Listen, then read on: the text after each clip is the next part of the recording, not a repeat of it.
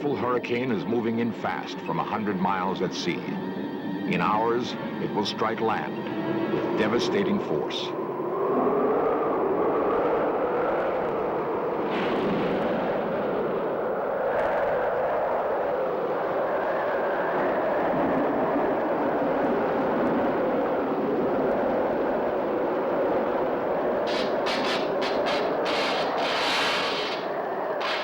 In the face of a hurricane's fury, we are left completely helpless.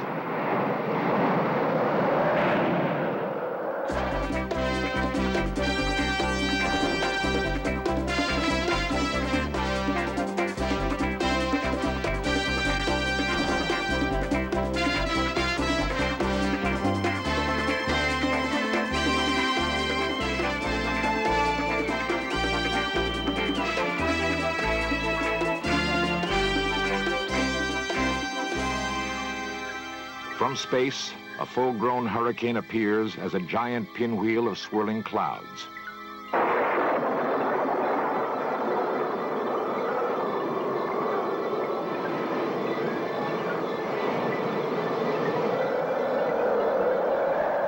On Earth, they are the most violent and frightening of all nature's storms.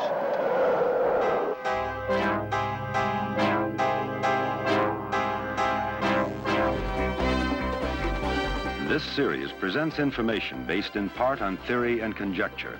The producer's purpose is to suggest some possible explanations, but not necessarily the only ones, to the mysteries we will examine.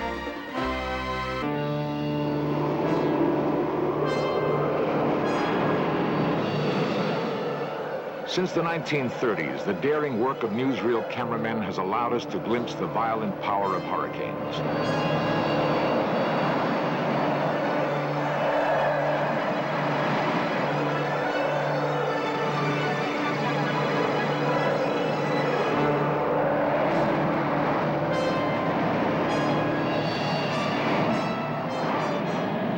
With little warning, they pound against our coastlines like sledgehammers.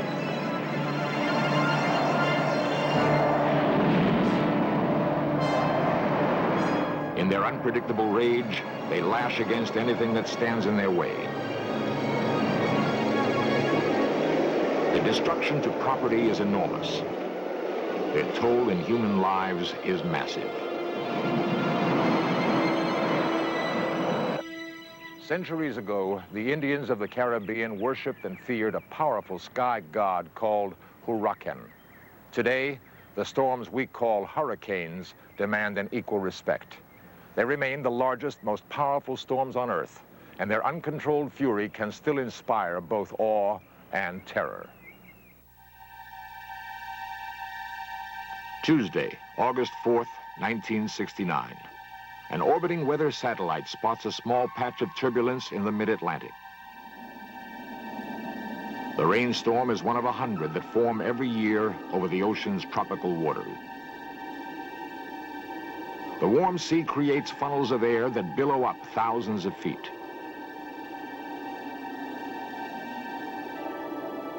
The clouds gather together. The Earth's rotation gives them spin. A hurricane is born.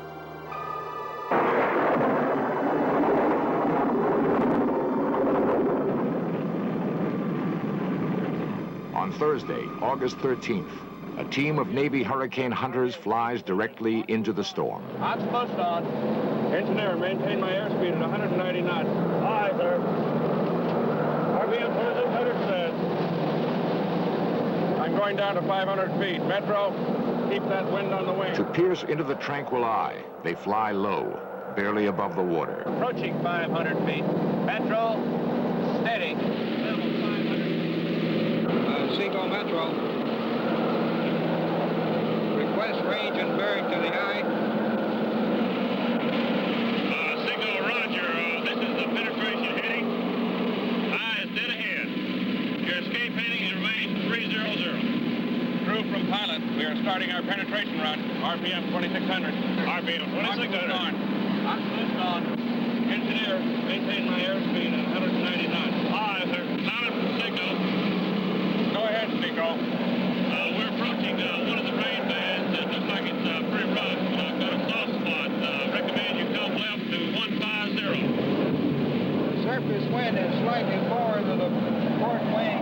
10 degrees, 120 knots. Pressure is dropping rapidly. I read 310, 120 knots down there. Well, that was a rough one. Finally, in the eye, instruments measure the hurricane's strength and gauge its size and speed. Pressure, temperature, and wind eye. The early indications are alarming.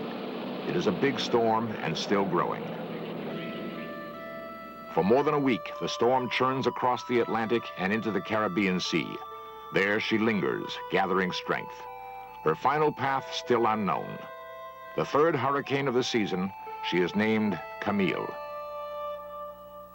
A hurricane watch goes up along the entire Gulf Coast. No one knows yet exactly where Camille will strike, but at harbors and marinas everywhere, boaters prepare for the worst.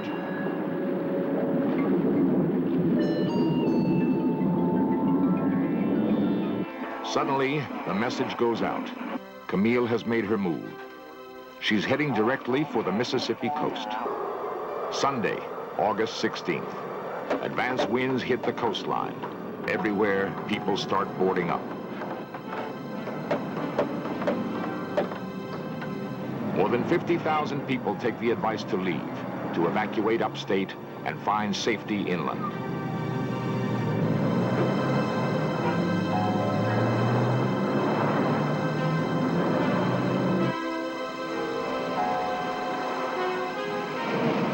As the hurricane draws closer, there are those who choose to stay behind. The young, the unbelievers, the thrill seekers, the sightseers, the stubborn.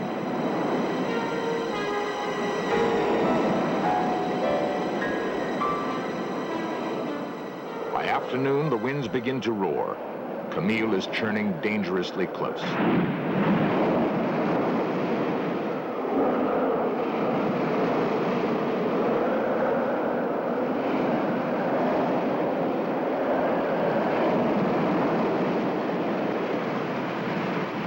Some now attempt a last-minute escape.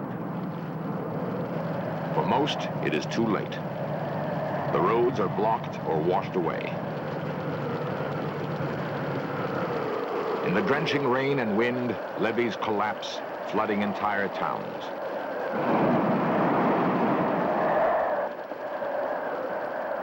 At dusk, the full force of the storm reaches Mississippi. Wind velocity hits 200 miles per hour.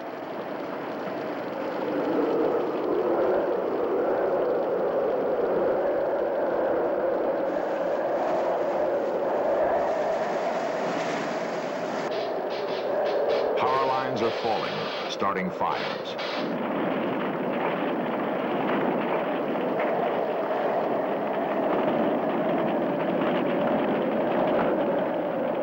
Tornadoes spin off randomly, blowing homes to bits.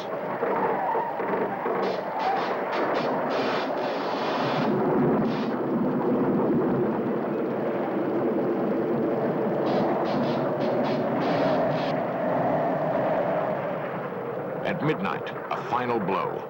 A 30-foot tidal surge smashes the coast.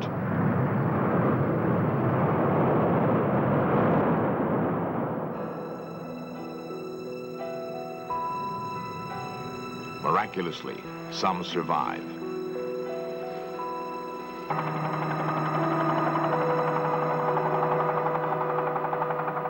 By morning, it is over.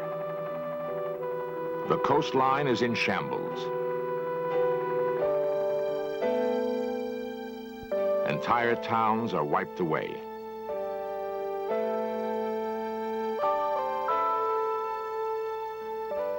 $200,000 are homeless. More than 250 are dead. Dazed, the survivors stumble out. Each in his own way measures his loss. It's bound to be in here somewhere because all these are the houses that came from in this vicinity. They're all right in here in this neighborhood. But mine was right on the corner and I don't even see it. Yonder!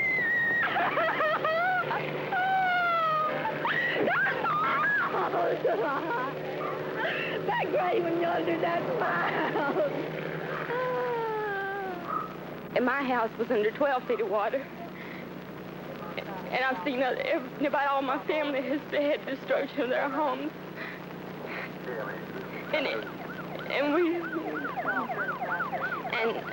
I hope I never see nothing like this again. I'm mighty young, but it takes this hard blow. And I lost my shoes and half of my clothes I had on, but the lady lent me some clothes to wear, and she lent me a pair of shoes for me to walk home with, and I'm thankful, and I did a lot of praying. And Junior, darling, we all are right, sweetheart. I love you. Now, don't worry about us. We all right, darling. And hello to all of you. Thank the Lord. Another one will never catch us here, because if we hear of another one coming, we're leaving here and go way upstate like you asked Mama to do. So, okay, now I love y'all.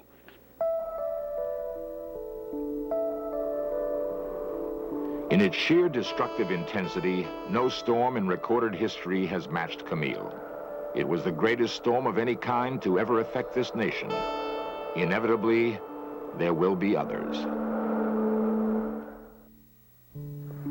Miami, 1965. The early winds of a coming storm offered some residents an opportunity to play.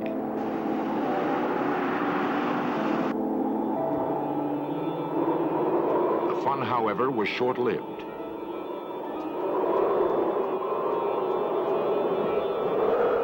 Roaring quickly toward the coast was a hurricane named Betsy. It was the first to threaten eastern Florida in several years.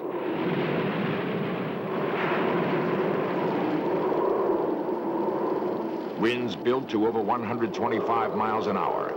The hurricane had arrived.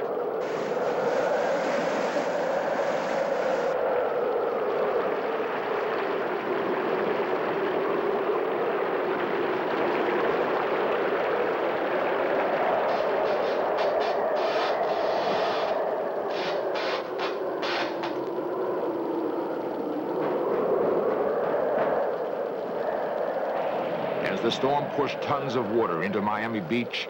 The ground floors of houses and hotels turned into rivers and pools.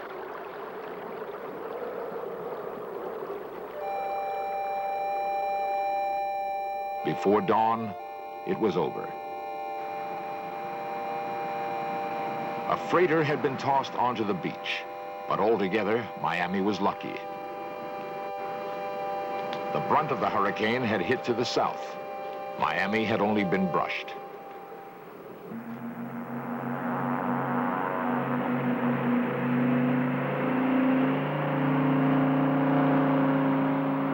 Today, weather scientists use flying laboratories to study hurricanes for their working secrets. A gust probe measures the atmosphere a split second ahead of the plane. Elaborate sensor and data systems record air motion, temperature, and humidity. Linked to airborne computers, the information can be instantly analyzed.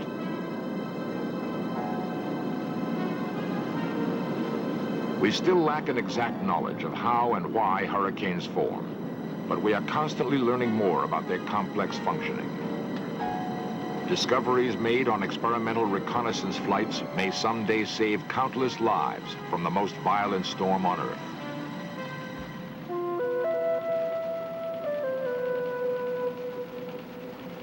At the National Hurricane Center in Miami, weathermen keep constant track of storms that may reach our coasts. It is their job to warn us where and when a hurricane will strike.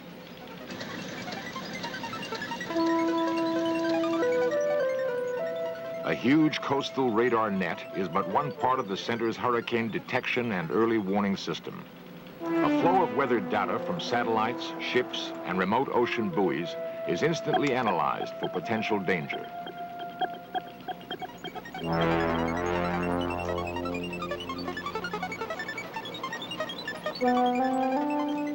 A special hurricane teletype circuit issues immediate warnings whenever a hurricane threatens. Sudden changes in a storm's path are reported at once to those in danger.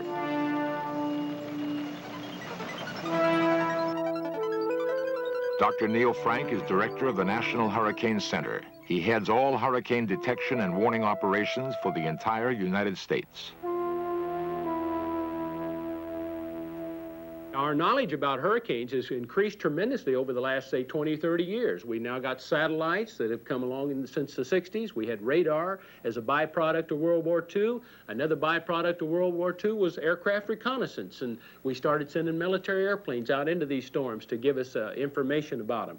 There's been no question about a tremendous increase in our understanding. Unfortunately, we haven't been able to realize that same understanding in our forecast accuracy, so that we're not forecasting that much better today.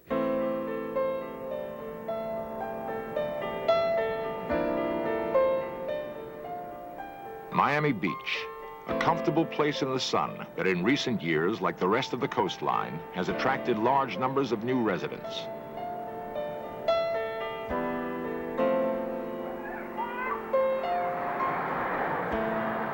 In Miami, as in nearly every other coastal city, there is a potential for hurricane disaster. A huge percentage of its population has never experienced a major hurricane. So it's been 25 years since we've experienced much activity over the state of Florida, and over 15 years since the people along the East Coast have experienced bad hurricanes. And that's where our greatest population increase is taking place at the present time. Now, the fear that we have is that people might become complacent. Now, in the meantime, the East Coast and even Florida has had some near misses, and we've been brushed by some, and we've had to post some warnings at times, and then the storm went someplace else, or we've gone through the fringes of some minor storms, had a weak storm come by, and we've developed some false impressions. And false impressions lead to poor decisions, maybe in the wake of the next hurricane that comes by that could indeed be a big one. The last major hurricane that we've had here was in 1926, a real big storm. On September 17th, Miami was devastated by a direct hit. A hurricane of unparalleled power lashed at Miami for 11 hours and left the city destroyed.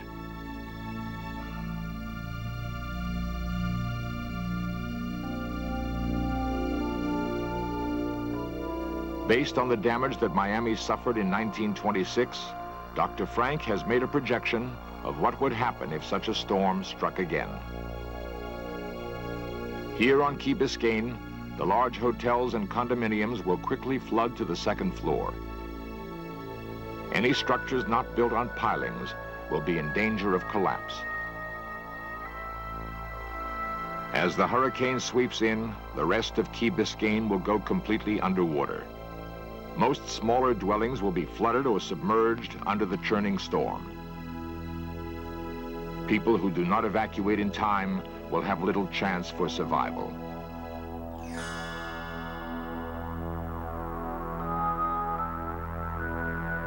In South Miami Beach, hundreds of small hotels and apartments will be smashed and flooded by tons of water. The buildings are occupied mainly by the aged and retired. It is doubtful that everyone could be evacuated.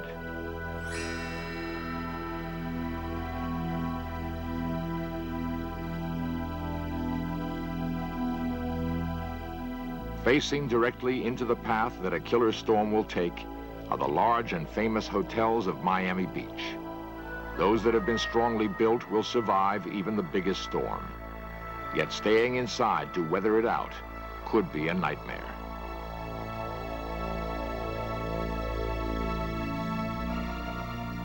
Water from the huge tidal surge will blast through the ground floors, tearing out walls and stairways. Power will be cut off, leaving those inside trapped in darkness on the upper floors. People with medical problems will be left helpless.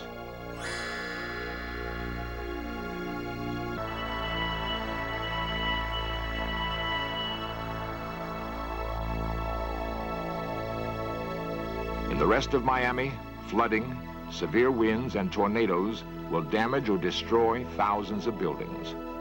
The death toll could be enormous. Yet knowing what might happen, will Miamians evacuate if warned? Oh, well, I think I'd pay pretty much attention to the weather reports, and if I got enough warning, I'd try to leave. I don't know. I think my instinct would be to hide under a table. But I'm from New York, and I've never been in a hurricane. And I guess I'd probably want to run right out in it. Well, if they're on the water, they'll evacuate, but if they know they're comfortable, nothing's going to happen. then they'll stay there, and it's a good reason to have a party. In 1969, despite numerous warnings that Hurricane Camille was on the way, 28 people gathered in a third-floor hotel room to have a hurricane party. The Hotel Richelieu in Mississippi did not weather the storm. Of the 28 partygoers, only one survived. An 8-year-old boy floated out of the third-story window on a mattress.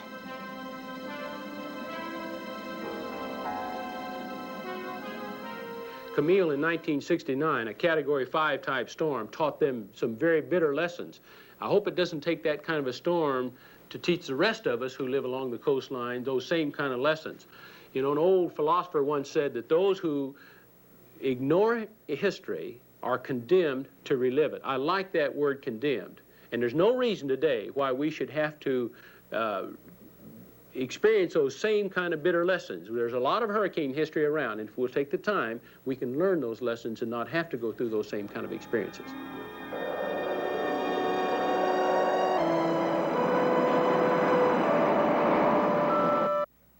The recorded history of hurricanes compels us to respect their awesome power. In 1737, hurricanes killed 300,000 near Calcutta.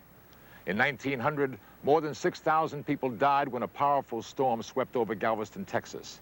In 1970, on the coast of East Pakistan, a single storm killed nearly 500,000 people.